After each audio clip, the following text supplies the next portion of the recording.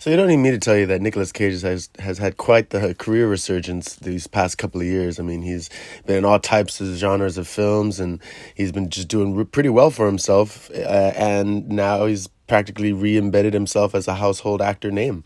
And, considering that, I mean, I've always been a fan of Nicolas Cage. Some of his movies are good, some of them aren't, but for the most part, he's made some pretty interesting films, again, over the past couple of years, so kudos to him. So when I had heard that he was going to be in this new movie, Longlegs, with Maika Monroe, I was like, all right, like, I only know Maika Monroe from that movie, movie Villains, with her and I think Bill Skarsgård, so I didn't really know her from anything else. But the pictures from the original still of Longlegs were pretty cool, right? It was just like this character on the floor with legs, and it's just like, all right, like, it's pretty intriguing, right? It seemed like it was going to be something cool. But after seeing, Skinamarink, it's like you never really know how good indie films can be. They can either be really good, or they can be pretty boring, or they could try to be too different, or, experimental or whatever. So I was still excited because Nicolas Cage is in it, why not? So I gotta say, first of all, the marketing for this movie was phenomenal. It was fantastic. They had everything from a number you could call on a billboard that would have Nicolas Cage talk to you. They had, the stills. They had this video of Maika's the first time she sees Nicolas Cage in character as Longlegs, because he was said to be the villain, that her heartbeat like raised or whatever, like 100 times, 100 beats. It was ridiculous, right? So I was very excited, and just I could feel the hype for this film, and everyone was saying it was going to be the scariest movie of the decade, and then they started comparing it to Silence of the Lambs. So, there was a lot riding on this film that it was going to be just amazing, right? So, of course, your boy here went to go see it, and, it was, it just wasn't it? And the one word people really are throwing around is underwhelming, which it felt like it was. It felt like it deserves a second part or some type of prequel so you could figure out how Longlegs became Longlegs, right? But so the story follows Maika as FBI agent Lee Harker, and she's a psychic. I mean, right off the bat, they explain that she's a psychic, and it's like, man, I didn't realize that the FBI had psychics. It's kind of crazy, right? But I feel like Scully, right, from the X-Files would have been better in this film if this film was done in the 90s. I think it would have been way, way scarier, way, I don't know, creepier. But she plays this FBI agent who's a psychic, and they bring her on board strictly because they're trying to break this Longlegs case. The case has been going on for a while, and no one's been able to figure any extra clues out. It seems like he's never even in the house of the victims that he killed. There was never any evidence left behind or DNA. They just knew the character's name is Longlegs because he would leave these cryptic messages with all these weird symbols and shit. And her, being the psychic that she is, she's able to decode them all and figure out his plan and actually use her psychicness to catch him. And it's crazy that it works, but she's able to catch him and bring him in, right? So they bring him in, and that's when, Maika had said, she first sees him. And again, all the scenes where they showed him, they were, blocking out his face. And it's like, I don't think they really needed to. I think that was a little overboard of marketing, just not showing his face. It's like, oh, my gosh. I guess. I was really hoping for a Frankenstein's monster, and all we got was, Alice Cooper. It was all right, I guess, right? I can just see some metalhead guy who was in a band, and then the band didn't work, or he got too much shit for being in a shitty band that he was like, praise Satan, make me play better. And he never played better, but he did keep praising Satan, and he got powers that he didn't use for music, but he used them to create these random orbs, these random black stone orbs that he puts into dolls. I guess he's a doll maker, so he's able to make these dolls that are damn near lifelike to the little girls that he stalks. Makes the doll, puts the orb in the doll's head, and the doll somehow becomes super evil and possesses the father. Puts the whole family in a trance, but then possesses the father to kill the family, right? And he's crazy, right? It's like, what? Again, I would love a prequel. Is this how Stranger Things ends, with Eddie Munster becoming Longlegs? That'd be kind of cool.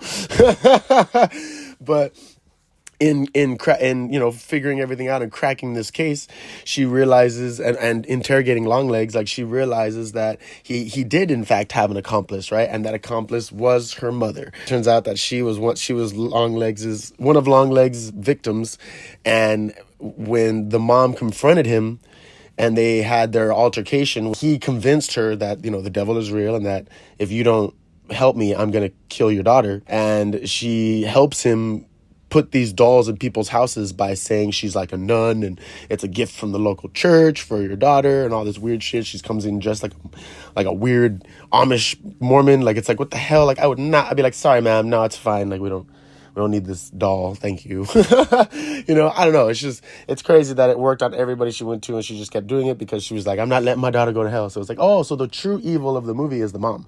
That a mother's love is like the most evil type of spirit feeling there is out there that the devil can use against you, is a mother's love.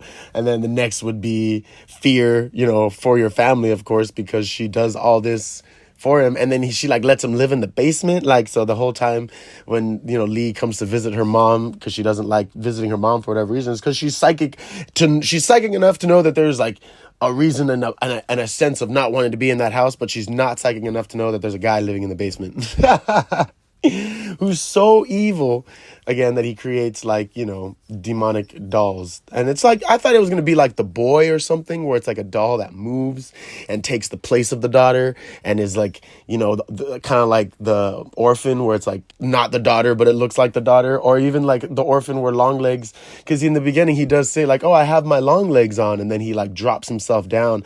I was like, that'd be crazy if he had like no legs, like he lost his legs in this tragic accident, and that's why he praises Satan. And then he's like also a midget, so he's able to like, because people were saying, I'm reading these articles where they're like, oh, it's all these botched surgeries, plastic surgeries, that's why he looks like that, looks all greasy and shit. I'm like, that'd be crazy if he was just like more like deformed because of an accident, lost his legs, face got fucked up, tried to fix his face, didn't work, but he's always a midget. But he like is able to like look like the kids for some reason, because he's like the demon.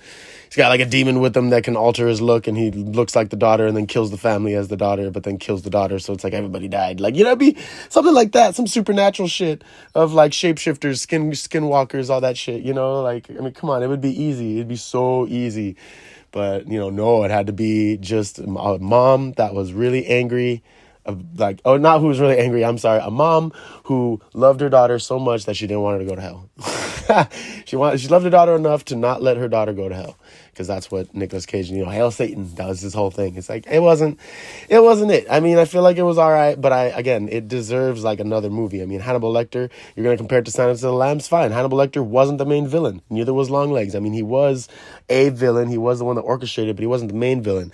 Hannibal Lecter wasn't a villain in that movie. He was trying to help catch another villain, right? And then in further films, yes, he is like the reason shit happens, and he does a lot of but I mean, he got multiple movies to really shine as the character that we all love. Whereas if people really like Longlegs this much, it's like, what about him do you like? Just like his face, his freakiness, the way he talks, the way he sang, like it was just super random. And, again, the spoiler territory, the fact that he kills himself mid-movie, I was like, damn it. And I guess Nicolas Cage wanted to, like, rip his nose off. I mean, he could have easily done that. The movie was rated R, right? Come on, rip the nose off. I guess it was the creepiest part. And then you had the diner scene before said scene where it seems like he's going to do something crazy and he doesn't. He just yells in his car. And then at the end, when you find out the mom is the one doing all the errands for Longlegs, in a sense, doing all these killings, and Maika confronts her. She confronts her at her boss's house, right? So the mom ends up targeting her boss's daughter, fucking Agent Carter, her black boss. He's super cool. It's just funny that it's just, of course, the mom targets the boss and then ends up coming and ends up fucking getting the boss to kill the mom. But Lee is such a bitch that she just like freezes up in a sense, and instead of actually like just going in there and killing her mom and having everything be good, or shooting the doll and having everything be good, she just goes in there and freaks out, starts crying, and it's like, nah, just fucking shoot the doll, shoot your mom too. It's like, fuck, like, I mean, you're an FBI agent, you have the proof, you have the basement, you have everything that you need, and it's like, you're just gonna like not do anything. Or like, I would have at least thrown the gun at her face so she would have knocked out, because it would have been heavy and it would have hurt, and then I would have shot the doll and then threw the gun at the mom's face, and then everyone would have survived.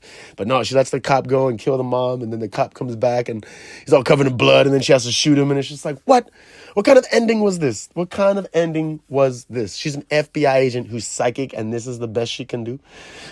just save the daughter, right? Like, come on. And then, like, oh man, before this, when they shoot the doll, when the mom shoots her doll and she like gets a headache and shit, I thought she was gonna lose her psychic abilities, But I mean, evidently she doesn't. Maybe she does a little bit, but I mean, I don't know.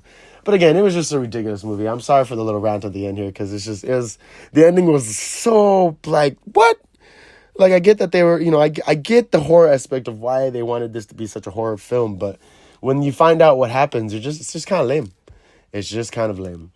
And a bit underwhelming, But again, I think everyone to each their own opinion on how they love and what they think about horror movies, or what type of horror movies they enjoy. But this was definitely not as good as I thought it was going to be, and it didn't go as crazy as I thought it was going to be or go. And the fact that Nicolas Cage is in it, I know he could have been doing some crazy shit, and he didn't.